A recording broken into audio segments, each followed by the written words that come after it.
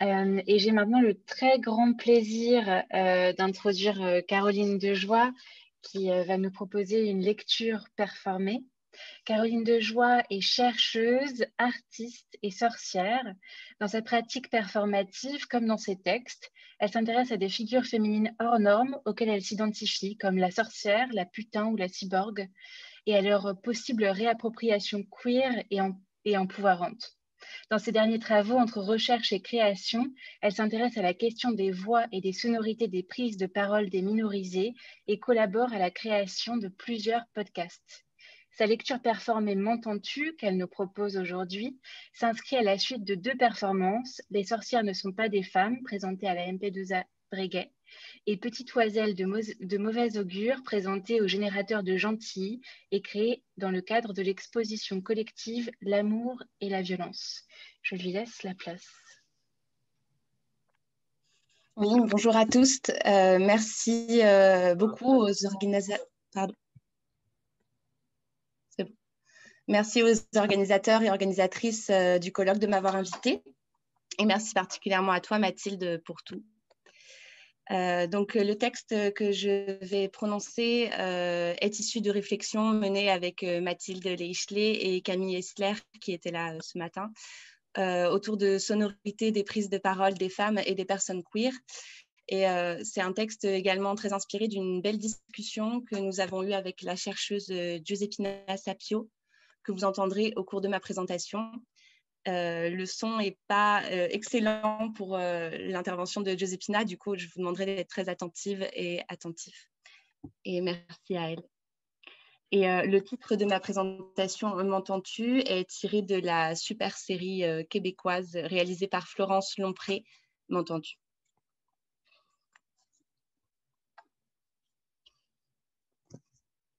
M'entendez-vous? M'entendez-vous? Ma voix est-elle entendue, entendable, écoutable? M'entends-tu, toi? Et toi, tu m'entends? Ma voix est-elle digne de ton écoute, de ton oreille, de ton intérêt?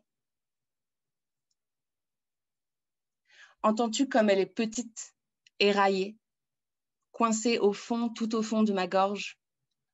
Entends-tu les paquets de cigarettes et que j'ai peut-être pleuré un peu plus tôt dans la journée? Entends-tu comme elle tremble, comme elle tremblote? Entends-tu le manque de confiance, la peur? Entends-tu que c'est la première fois? Entends-tu comme elle est trop douce, trop aiguë, trop aimable? Ma voix comme une voix de petite fille.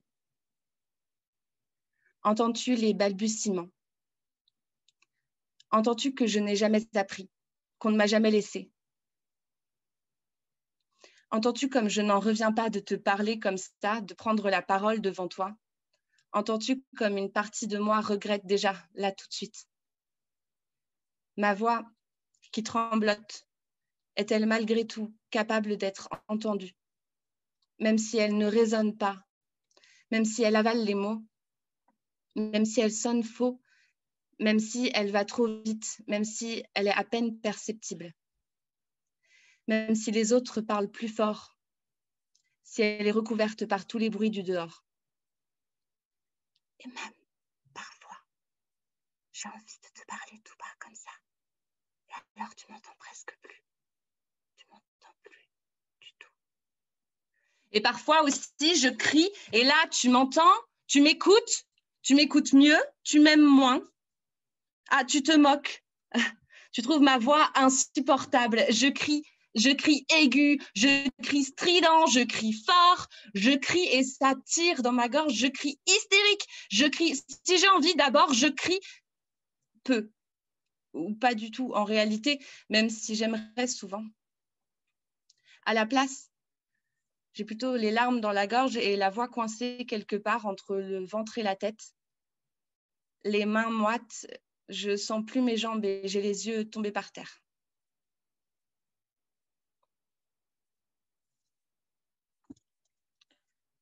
Je ne suis pas la seule à parler tout bas, à parler très peu, à ne pas répondre. Au mieux à marmonner / glousser en accélérant ou même pas, parce que le souffle est coupé, alors on prononce dans sa tête, mais souvent en décalé, après coup. Et on se sent conne. M'entends-tu? Et elle, tu l'entends? Et moi, je l'entends? Je l'écoute? Et elle, m'entend-elle? Elle te demande.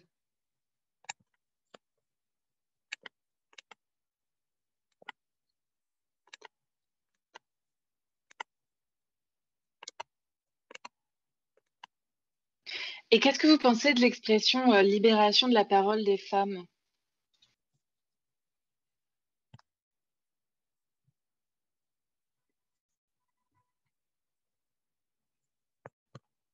Que pensez-vous de l'expression libération de la parole des femmes? Alors, elles sont plusieurs à répondre, avec un sourire qui est aussi une grimace. Les femmes ont toujours parlé, au moins entre elles, au moins tout bas. Simplement, elles ne sont pas entendues, pas écoutées. C'est d'une libération de l'écoute dont on a besoin. Il suffirait de mieux écouter pour entendre que le silence n'en est pas un. Le silence est plein de ces voix dites trop faibles, trop hautes et trop basses, trop aiguës et trop graves, trop discrètes, trop douces, trop loin, trop proches, trop tremblotantes et jamais comme il faudrait.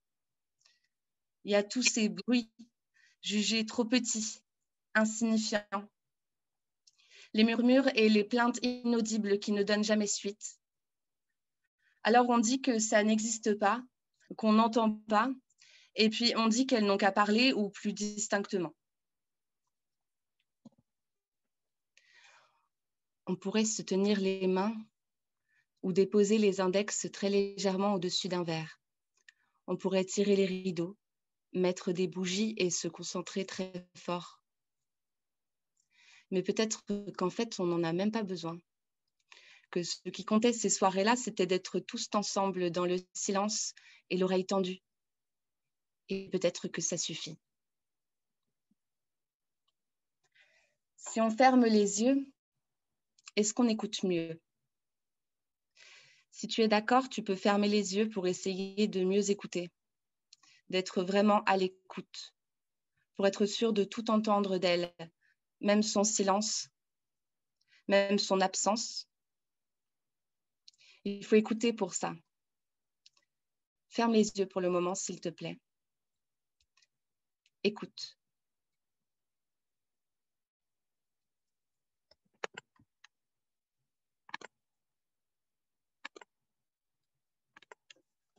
Dans les violences conjugales, en fait, le processus consiste petit à petit à disparaître, à se faire de plus en plus petite. C'est-à-dire que par crainte de représailles, en fait, on va progressivement en faire toujours moins, se rendre beaucoup plus discrète. Et il y a vraiment un anéantissement subjectif qui se produit. Et au sein du foyer, cela correspond à avoir des gestes très discrets, bouger de manière absolument presque monitorée et surtout ne pas s'exprimer. La voix, en fait, elle va être automatiquement devenir la cible, en fait, de ce processus d'anéantissement. Et progressivement, on a tendance à se dire le plus je me fais petite, le mieux c'est, le moins de danger, de risque je prends. Le problème étant qu'au bout de cette chaîne, la disparition elle est totale si on arrive à des cas comme par exemple ceux des féminicides. Et le fait d'être réduite au silence est extrêmement problématique parce que quand on sort de là, on s'interroge sur le droit qu'on a de parler en fait. On est dans cette idée de est-ce que ma voix elle a un poids, est-ce que ma voix en fait elle a le droit d'exister, le droit de s'exprimer.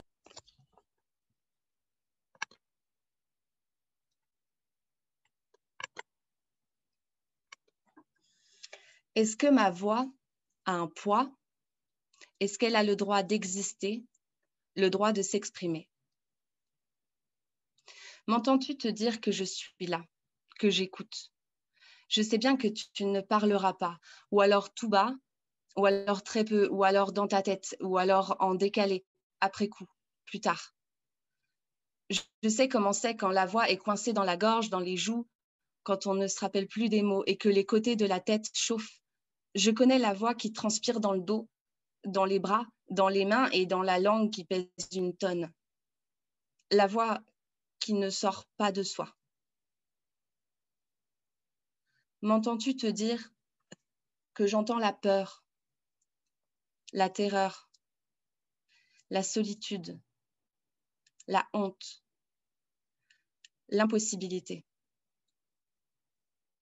Mais écoute.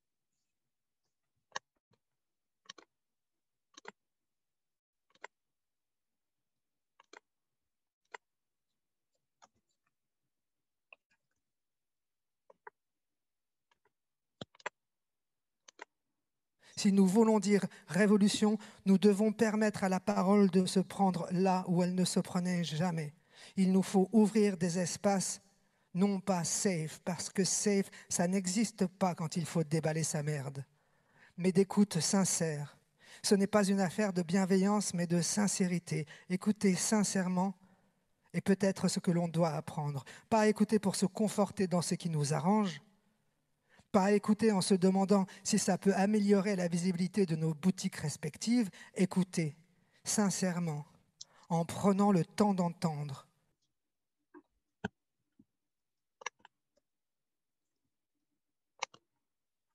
Écouter sincèrement, en prenant le temps d'entendre. Je te demande si tu m'entends, mais tu n'es pas obligé de répondre, tu sais. Tu n'as rien à faire. Ce n'est pas ta faute. Tu n'as rien à poser, rien à déposer, rien à projeter, rien à sortir.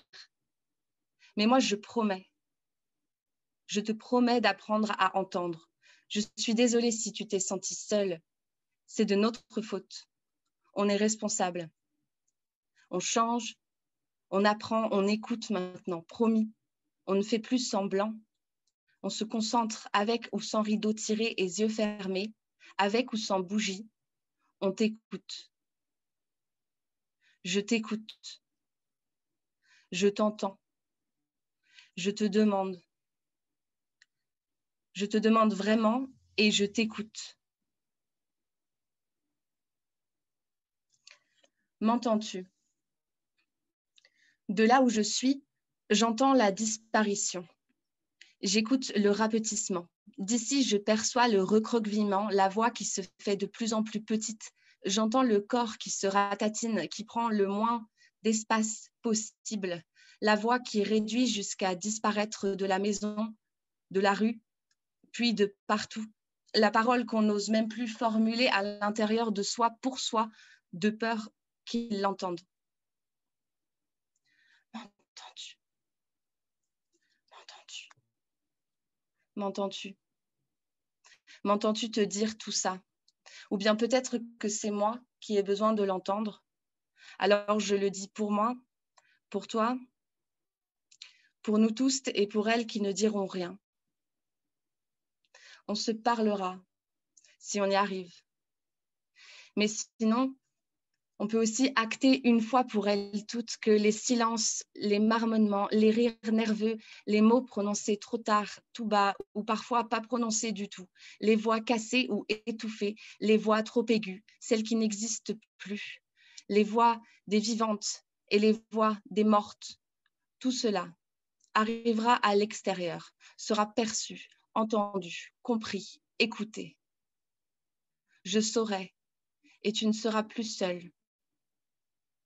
Et peut-être qu'à force d'écouter les mots trop bas, on pourra rassembler nos chuchotements pour en faire un énorme, pour faire comme un gros bruit de vent qui se lève et qui se barre en levant le poing comme ça. Oh, pas une petite brise, non, un vent de tempête qui s'annonce, un vent qui serait la somme de tous nos soupirs, de tous les souffles qu'on n'a pas réussi à reprendre, de toutes les respirations retenues dans nos poitrines en espérant que ça nous rende invisibles, de tous les cris coincés au fond tout au fond de nos gorges et de tout l'air qu'on a parfois cru ne jamais retrouver. M'entends-tu? Si toi non plus, tu ne sais pas crier parce que tu n'as jamais appris, c'est pas grave.